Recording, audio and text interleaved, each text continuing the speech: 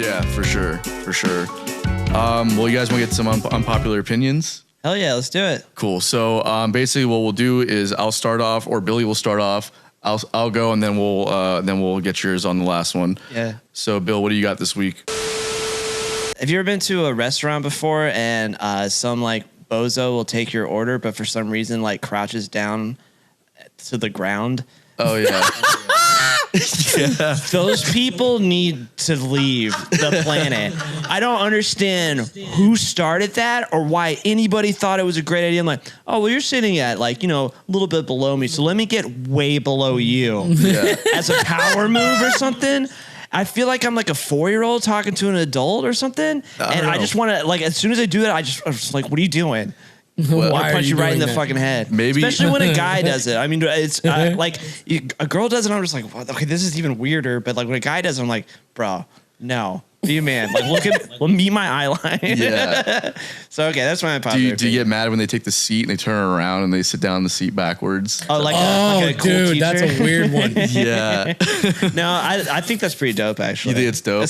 That's still good luck. Yeah, Billy was kind of a nerd in high school, so you probably he kind of looks at that and is just like, oh, that guy's so cool. Yeah, I could never. Well, pull it I mean, off. that's actually being excited about their job. Which, if you're a waiter in 2022 and you have actual passion about your job, fucking kudos to you. Good for you, yeah, for sure. There's a lot of like annoying little things about restaurants and stuff that I hate, but it like that 100% is my biggest pet peeve. What do you like, think, AJ? What do you think I about that? hate it.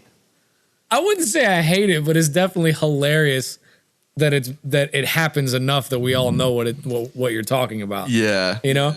It doesn't really bother me at all. Like, I don't really have any kind of it doesn't bother me, but it's just hilarious that it's happened to all of us. Yeah. Next time it does, I'm just dumping water. I'm just like, oh, sorry. No, if you were standing up, I guess it would have gotten your shoes or something, but now it's on your head. It probably will. It probably will bother me now, though. It's the worst. You said that, yeah. Okay, well, whatever. I guess that's a good one. All right. Yeah, it's a little condescending. I could see that. What do you got, Tony? Okay, so my unpopular opinion is that Umphrey's McGee is not a jam band. Oh, yeah, that's very unpopular. You went to go see them live, right? Yeah, and I saw them 2 nights. What'd you think of their jamming? Well, let me say this. I thought that the shows were amazing, and I'm a huge Umphrey's fan, so I say this with all the love in the world. Yeah, but you only like their studio albums. I like their studio album. No, their jamming, the quote-unquote jamming was good, but I wouldn't really call it. I mean, there's like moments of improv, but I mean, I don't know what bands, even on a pop level, probably have some moments of improv here and there, but like when it comes to what they were doing, to consider them a jam band is just not accurate. Have you seen them live, AJ? Yeah. So I wouldn't say it's a jam band. You're right.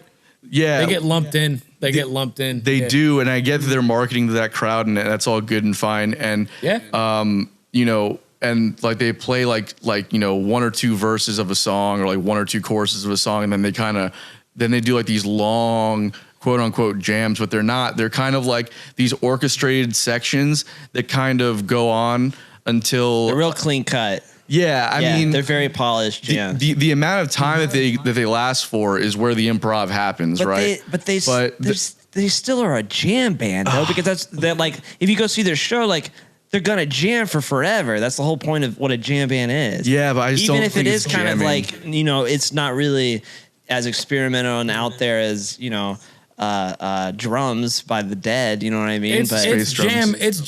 Drums, you know what I meant. Let's call it. Yeah, it's jam adjacent. I like that. Yeah, it's you know what I mean. It's because what they've done is because like their jams are arranged like these are like sections. There's hits. There's exactly. All this stuff happening. You're like, okay, well there was a cue that happened there that as a musician you're probably looking out for and you might catch, but the fans might not be as aware, or maybe they are and they just love that. You know what I mean? But there's like a moment here where it's okay. Here's your time to kind of solo and stretch out. And then you're going to do a lick that's going to cue us, or you're going to kind of do a nod that's going to cue us, and we're going to move on. Yeah, it's almost like it's conducted. You know what I mean? Yeah, like exactly. a live orchestra or something like that. I kind of get what you're saying. They're not like just going, letting the music take it, but They're a jam band. Yeah, sorry. That's a good unpopular opinion. Yeah. And I've been saying this for a long time, and I haven't actually seen Umphrey's until about a month ago. Yeah. So now I feel like I can actually legitimately say that after seeing 2 shows. Now. Yeah. Seen them like 40 times, and I'm like, yeah, they're incredible. And then they are amazing. They're one of the best jam bands. If you're a fan of their studio albums, I will say that their live show can be a little underwhelming because you do. Yeah, of course. Like you want to see. Like I like their songs. I started out listening to Umphrey's back in like 2011, 2012 or whatever, and I loved the studio stuff. So I wanted to hear those songs. And when I got to, when I saw them live, it was like, you ain't getting that. Yeah, at all. So ain't getting that. It's not at all. It's its own experience, which is cool. But they're not a jam band in my opinion. I'm complete opposite. I don't really like the studio stuff at all. I think most people are like that for sure. All right. AJ, what's your unpopular opinion, bro? All right, so this is a complex one, but this has been my opinion for years. I love it. It's gonna get wordy. Modern radio hip hop has just as much information in it as what people call real music. So that's all the classic rock, all the rhythm and blues, everything that came before modern radio hip hop in the 2010s has just as much information in it as the fucking Rolling Stones, as Zeppelin, as Bob Dylan, as all that. What do you mean by information? Information means like, baby boomers will say like, oh, the lyrics are just stupid, or like these songs are just repetitive, yada, yada, yada. I mean, information, you know what I mean? It just hasn't been codified yet. Like when people who are Dark Side of the Moon, when it first came out on vinyl, you know what I mean? They were taken on a huge journey in here, right? I truly believe that there's just as much information that is absorbed by the consumers of modern top 40 radio hip hop. There's just as much information there. It just hasn't been codified yet. We haven't been able to put it into words what we're hearing yet. You know what I mean? Oh, okay. I know when I hear like Hotline Bling by Drake, there's a lot of information that I'm hearing. Like I'm getting a feeling from the loop. I'm getting a feeling from Drake talking about his ex-girlfriend. I'm getting a feeling from when the beat drops in the chorus. Like it's a whole fucking thing. It just hasn't been around long enough for it to be codified globally yet. I know that's wordy, but that's where I'm at. I'll water it down. Modern radio hip hop is just as complex and musically valid as all the rest of the music that came before it. That's what I'm saying. That I will agree with you on, but more purely from a production standpoint.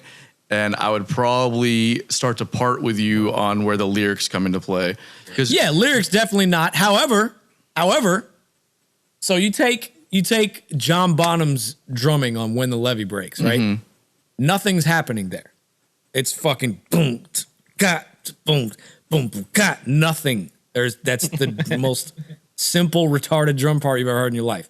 However, in the context of that recording, every time it comes on, you get the hair on the bottom of your arm stands up. You go, oh shit, what? Ooh, whoa! You know what I mean? Totally. So the simplicity of musical information doesn't necessarily mean that it's just a simple piece of information. Right. I know what you mean. I would say that what we've learned about stuff like that, and this is just being devil's advocate here. You might be totally right, but I think what we've learned about stuff like that is that there's like musicians that play things, and then there are artists, right? And John Bonham was an artist, and there's also like a world of production that went into that sound, right? Absolutely. So it's we're not just hearing the groove, we're hearing the production choices, we're hearing the whole thing. So when it comes to like modern hip hop or like more like pop hip hop, like Fergalicious? No, that's you wait. That's gonna be like in the museums. I'm thinking more of like there's like artists 2008. Like who's that guy that did like Panda and all that kind of shit like that? Like So designer.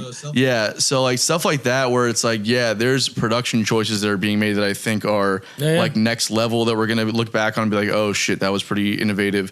But when it comes to what they're actually saying, which for me is what hip hop.